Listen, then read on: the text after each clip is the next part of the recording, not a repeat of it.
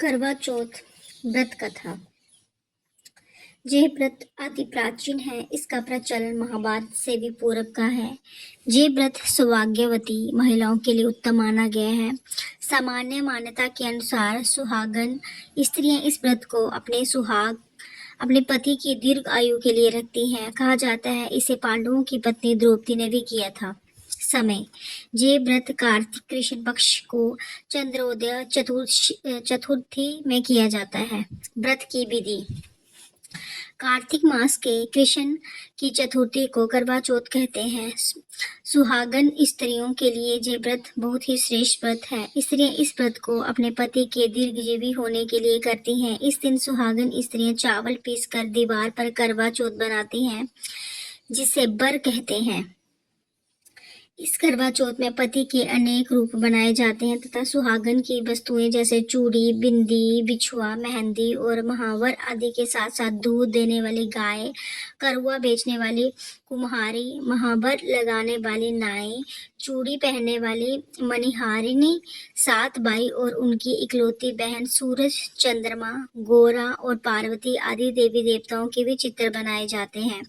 सुहागन स्त्रियों को इस दिन निर्जल व्रत रखना चाहिए। रात्रि को जब चंद्रमा निकल आए तब उसे अर्घ्य देकर भोजन करना चाहिए। पीली मिट्टी की गोरा बनाकर उसकी पूजा करनी चाहिए। यदि दीवार पर करवा चौथ बनाने में कोई असुविधा हो तो करवा चौथ का चित्र बाजार से लाकर दीवार पर चिपकाया जा सकता है। करवा चौथ व्रत कथा। पहला अध्याय।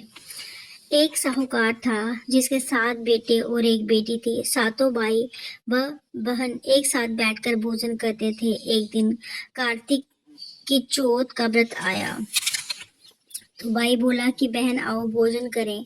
बहन बोली कि आज करवा चौथ का व्रत है, चांद उगने पर ही खाऊंगी। तब भाइयों ने सोचा कि चांद उगने तक बहन भूखी रहेगी, तो एक भाई ने दिया जलाया, दूसरे भाई ने छलनी लेकर उसे ढका और नकली चांद दिखाकर बहन से कहने लगे कि चल चांद उगाया है, अर्घ दे ले। बहन अपनी भाभियों से कहने लगी कि चलो अर्घ दे देते हैं। भाभियां बोली तुम्हारा चांद उगा होगा, हमारा चांद तो रात को उगेगा। बहन ने जब अकेले ही अर्घ दे दिया और खाने लगी तो पहले ही गिलास में बाल आ गया, दूसरे गिलास में कंकड़ आया और तीसरे गिलास मुंह की ओर किया तो उसकी ससुराल से संदेश आया कि उसका पति बहुत बीमार है, जल्दी भेजो। माँ ने तब लड़की को विदा किया और कहा कि रास्ते में जो भी मिले उसके पांव लगना और जो कोई सुहाग का आशीर्वाद दे तो उसके पल्ले में गांठ लगाकर उसे कुछ रुपए देना। बहन जब भाइयों से विदा हुई तो रास्ते में जो भी मिला उसने यही आशीष दी कि तुम 7 भाइयों की बहन, तुम्हारे भाई सुखी रहे हो, तुम उनका सुख देखो। सुहाग का आशीर्वाद किसी ने भी नहीं दिया। जब वे ससुराल पहुंची तो दरवाजे पर उसकी छोटी नंद खड़ी थी। वहां उसके भी पाँव लगी तो उसने कहा कि सुहागिन रहो।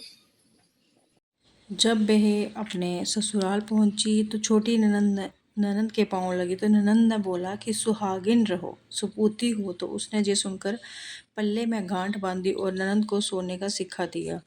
तब भीतर गई तो सास ने कहा कि पति धरती पर पड़ा है, तो वे उसके पास जाकर उसकी सेवा करने के लिए बैठ गई। बाद में सास ने दासी के हाथ बची खुची रोटी भेज दी। इस प्रकार से समय बीते बीते मार्गशीर्ष की चौथ आई तो चौथ माता बोली करवा ले माइयों की प्यारी करवा ले। लेकिन जब उसे चौथ माता नहीं दिखलाई दी तो वह बोली हे माता, आपने मुझे उजाड़ा तो आप ही मेरा उद्धार करेंगी, आपको मेरा सुहाग देना पड़ेगा। तब उस चौथ माता ने बताया कि पोष की चौथ आएगी, वह मेरे से बड़ी है, उसे ही सब कहना, वही तुम्हारा सुहाग वापस देगी। पोष की चौथ आकर चली गई, माघ की चली गई, फागुन की चली गई, चैत्र बैशाख जेठ आषाढ़ और श्रावण भादों की सभी चौथ आई और यही कहकर चली गई कि आगे वाली को कहना। असोज की चौथ आई तो उसने बताया कि तुम पर कार्तिकेय की चौथ नाराज है, उसी ने तुम्हारा सुहाग लिए है, वही वापस कर सकती है। वही आएगी तो पांव पकड़कर विनती करना, ये बताकर वह भी चलेगी। जब कार्तिकेय की चौथ आई तो वह गुस्से में बोली, भाइयों की प्यारी करवा ले, दिन में चांद उगाने करवा ले, व्रत खंडन करने वाली करवा ले, भूखी करवा ले। तो ये सुनकर वह चौथ माता को देखकर उसके पांव पकड़कर गिड़गिड़ाने लगी, हे चौथ माता, मेरा सुहाग तुम्हारे हाथों में है, आप ही मुझे सुहागिन करो। तो माता बोली, पापिन हत्यारिणी, मेरे पाँव पकड़कर क्यों बैठ गई। तब वे बोली कि जो मुझसे भूल हुई है वो क्षमा कर दो, अब भूल नहीं करूँगी। तो चौथ माता ने प्रसन्न होकर आंखों से काजल, नाखूनों में से मेहंदी और टीके में से रोली लगा लेकर छोटी उंगली से उसकी आदमी पर छींटा दिया। तो वे उठकर बैठ गया और बोला कि आज मैं बहुत सोया। वह बोली, क्या सोए, मुझे तो 12 महीने हो गए। जब जाकर चौथ माता ने मेरा सुहाग लौटाया तब उसने कहा कि जल्दी से माता का पूजन करो। जब चौथ की कहानी सुनी, करवा का पूजन किया तो प्रसाद खाकर दोनों पति पत्नी चौपट खेलने बैठ गए। नीचे से दासी आई, उसने उन दोनों को चौपट पासे से खेलते देखा तो उसने सासू जी को जाकर बताया। तब से सारे गांव में ये बात प्रसिद्ध हो गई कि सब स्त्रियां चौथ का व्रत करें तो सुहाग अटल रहेगा। इस तरह से साहूकार की बेटी का सुहाग दिया। इसी तरह से चौथ माता सबको सुहागिन रखे। यही करवा चौथ के उपवास की सनातन महिमा है। करवा चौथ व्रत कथा 2। अति प्राचीन काल की बात है। एक बार पांडु पुत्र अर्जुन तप करने के लिए नीलगिरी पर्वत पर चले गए थे। इधर पांडवों पर अनेक मुसीबतें पहले से ही थी। इसे द्रौपदी ने शोक विह्वल हो कृष्ण की आराधना की। कृष्ण उपस्थित हुए और पूछा, कहो क्या कष्ट है। प्रभु, द्रौपदी ने हाथ जोड़कर कहा, मुझे क्या कष्ट है, आप तो स्वयं जानते हैं, आप तो अंतर्यामी हैं। मुझे कष्टों के बोझ से विह्वल कर दिया है। क्या कोई ऐसा उपाय है जिससे इन कष्टों से छुटकारा मिल सके। तुम्हारा प्रश्न अति उत्तम है। द्रौपदी कृष्ण मुस्कुराकर बोले, प्रभु, फिर मुझे दुखी नारी का कष्ट दूर करने का उपाय बताइए। द्रौपदी ने पूछा, यही प्रश्न एक बार पार्वती जी ने शिव जी से कह दिया था। तब श्री शिव जी ने करवा चौथ का विधान बताया था। फिर प्रभु, करवा चौथ की जानकारी मुझे भी दीजिए और उसकी कथा कहिए। तब कृष्ण ने एक पल सोचने के बाद कहा, दुख सुख जो संसारिक माना जाता है, प्राणी उसमें सदा ही लिप्त रहता है। मैं तुम्हें अति उत्तम करवा चौथ व्रत की कथा सुनाता हूँ, इसे ध्यान से सुनो। प्राचीन काल में गुणी, विद्वान, धर्मपरायण एक ब्राह्मण रहता था। उसके चार पुत्र तथा एक गुणवती सुशील पुत्री थी। पुत्री ने विवाहित होकर चतुर्थी का व्रत किया, किंतु चंद्रोदय से पूर्व ही उसे शुदा ने बाध्य कर दिया। इससे उसके स्नेही भाइयों ने शल्ब से पीपल की आड़ में कृत्रिम चंद्रमा बनाकर दिखा दिया। लड़की ने अर्घ दे भोजन कर लिया। भोजन करते ही उसके पति की हृदय गति बंद हो गई। इससे दुखी हो उसने अन्न जल त्याग दिया। उसी रात्रि में इंद्राणी भूविचारण करने आई। ब्राह्मण पुत्री ने उससे अपने दुख का कारण पूछा। इंद्राणी ने बताया, तुम्हें करवा चौथ व्रत में चंद्र दर्शन से पूर्व भोजन कर लेने से ये कष्ट मिला है। तब उसी लड़की ने अंजलि बांधकर विनय की कि इस मुक्ति होने का कोई उपाय बताइए। इस पर इंद्राणी ने कहा, यदि तुम विधि पूर्वक अगली करवा चौथ का व्रत करो तो तुम्हारे पति पूर्ण जीवित हो जाएंगे। कन्या ने ऐसा करने का वचन दिया और उसके पति स्वस्थ हो गए। इस पर उस कन्या ने वर्ष भर प्रत्येक चतुर्थी का व्रत किया और अनंत अखंड सुहाग प्राप्त किया। श्री कृष्ण ने कहा, हे द्रौपदी, यदि तुम इस व्रत को करोगी तो तुम्हारे सभी संकट टल जाएंगे। इस प्रकार द्रौपदी ने ये व्रत किया और पांडव सभी क्षेत्रों में विजयी हुए। इस प्रकार सौभाग्य, पुत्र, पौत्र आदि और धन दाने की इच्छुक स्त्रियों को ये व्रत विधि पूर्वक करना चाहिए। इस व्रत में भगवान शंकर की आरती की जाती है। करवा चौथ व्रत कथा 3। एक ब्राह्मण परिवार में 7 बहुएं थी। 6 बहुओं के मायके वाले बहुत अमीर थे। इसी कारण ससुराल में उनका बड़ा मान था, परंतु छोटी के मायके में कोई ना था। वे घर का सारा काम काज करती, सबकी सेवा करती, पर कोई भी उससे प्यार नहीं करता।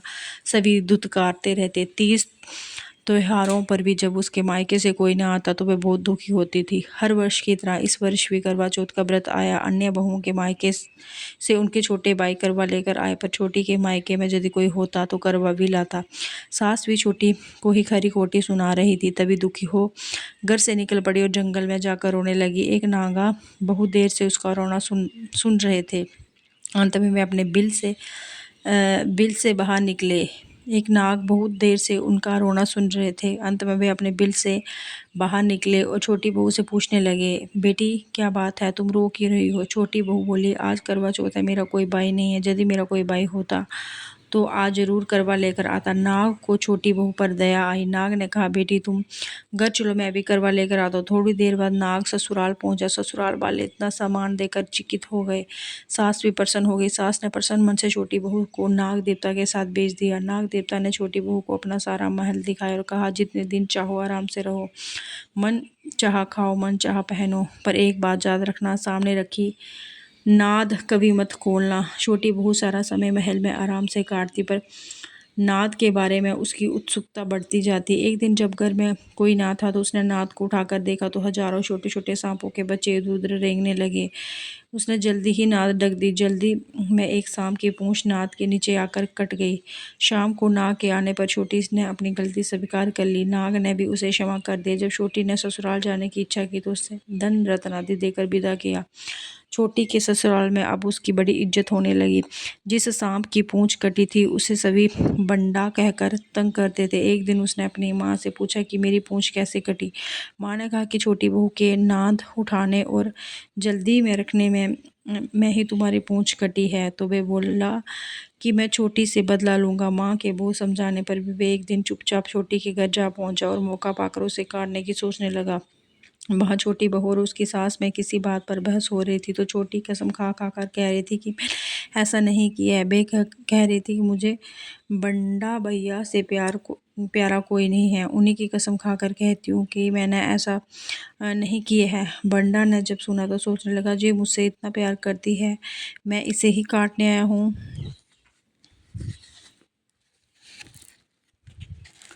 वे चुपचाप घर चला गया। माँ ने पूछा, ले आए बहन से बदला? वह कहने लगा, माँ बहन से कैसे बदला? तभी से बंडा बाई व छोटी बहन बहन हुए। बाई प्रतिवर्ष चौथ के दिन करवा लेकर जाता। बहन बड़े प्यार से करवा चौथ का व्रत करती। करवा चौथ व्रत कथा 4। प्राचीन काल में करवा नाम की एक पतिव्रता स्त्री अपने पति के साथ नदी के किनारे एक गांव में रहती थी। कार्तिक मास की कृष्ण पक्ष की चतुर्थी चौथ के दिन उसका पति नदी में स्नान करने के लिए गया। स्नान करते समय एक मगरमच्छ ने उसके पैर पकड़ लिए। वह करवा करवा नाम लेकर जोर जोर से अपनी पत्नी को पुकारने लगा। उसकी आवाज़ सुनकर उसकी पत्नी दौड़कर आई और उसने मगर को कच्चे धागे से बांध दिया। मगर को बांधकर वह जमराज के जहाँ पहुंची और जमराज से बोली, भगवान मगरमच्छ ने मेरे पति का पैर पकड़ लिए है। अंत पैर पकड़ने के अपराध में आप अपने बल से उसे मगरमच्छ को नरक में ले जाओ। जमराज कहा, अभी मगरमच्छ की आयु शेष है, अंत मैं उसे नहीं मार सकता। इस पर करवा ने कहा, यदि आप ऐसा नहीं करोगे तो मैं आपको श्राप देकर नष्ट कर दूंगी। ये सुनकर जमराज डर गया और उसने पतिव्रता स्त्री करवा के साथ जाकर मगरमच्छ को उन्हें जमपूरी बेच दी और करवा के पति को दीर्घायु प्रदान की। उसी दिन से यह करवा चौथ मनाई जाती है और सुहागिन स्त्रियों के द्वारा व्रत रखा जाता है। हे करवा माता, जैसे तुमने अपने पति की रक्षा की वैसे सबके पतियों की रक्षा करना। जय करवा माता।